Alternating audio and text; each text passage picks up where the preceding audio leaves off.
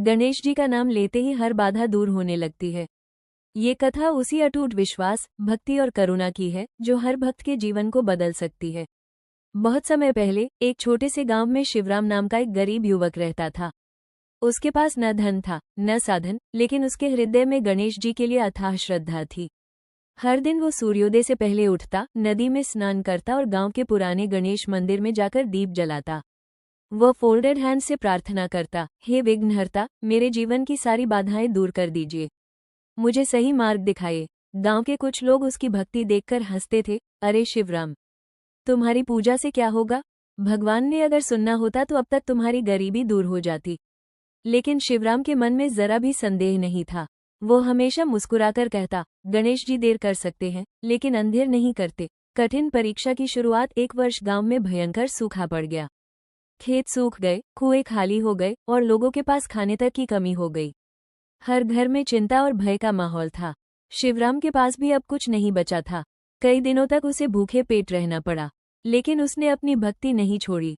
एक दिन वो बहुत कमजोर अवस्था में मंदिर पहुंचा और बोला, हे गणपति बप्पा, आज मेरे पास आपको चढ़ाने के लिए कुछ भी नहीं है। मेरे पास सिर्फ मेरा विश्वास है। अगर आप चाहें तो मेरी परीक्षा ले सकते हैं, लेकिन कृपया मेरा साथ मत छोड़िए। उसकी आंखों से आंसू बहने लगे।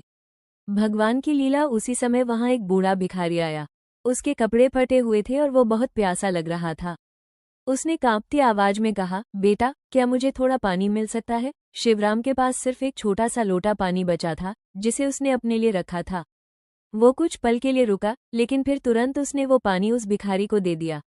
भिखारी ने पानी पीकर गहरी सांस ली और मुस्कुराकर बोला, तुम्हारा दिल बहुत पवित्र है, तुम्हारी भक्ति सच्ची है। इतना कहकर वो भिखारी अचानक गायब हो गया। शिवराम ये देखकर आश्चर्यचकित रह गया। तभी मंदिर में एक तेज प्रकाश फैल गया। घंटियां अपने आप बजने लगी और एक मधुर आवाज गूंज उठी, हे मेरे प्रिय भक्त, मैं ही वो भिखारी था।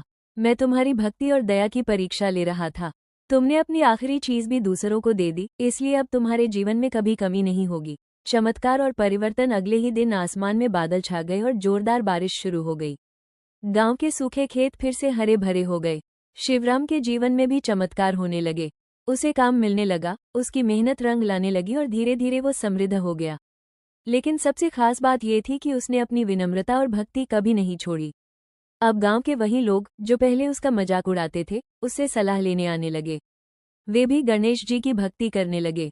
एक और परीक्षा। कुछ समय बाद शिवराम के जीवन में फिर एक कठिन समय आया। इस बार उसकी फसल अचानक खराब हो गई। गांव वाले फिर चिंतित हो गए, लेकिन इस बार शिवराम शांत था।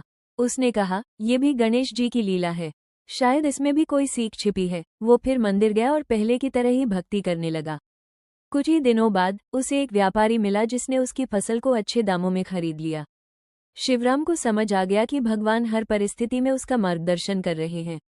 कथा की सीख। ये कथा हमें सिखाती है कि सच्ची भक्ति में कभी संदेह नहीं होना चाहिए। कठिन समय भगवान की परीक्षा होती है। दया और सेवा सबसे बड़ी पूजा है और सबसे महत्वपूर्ण।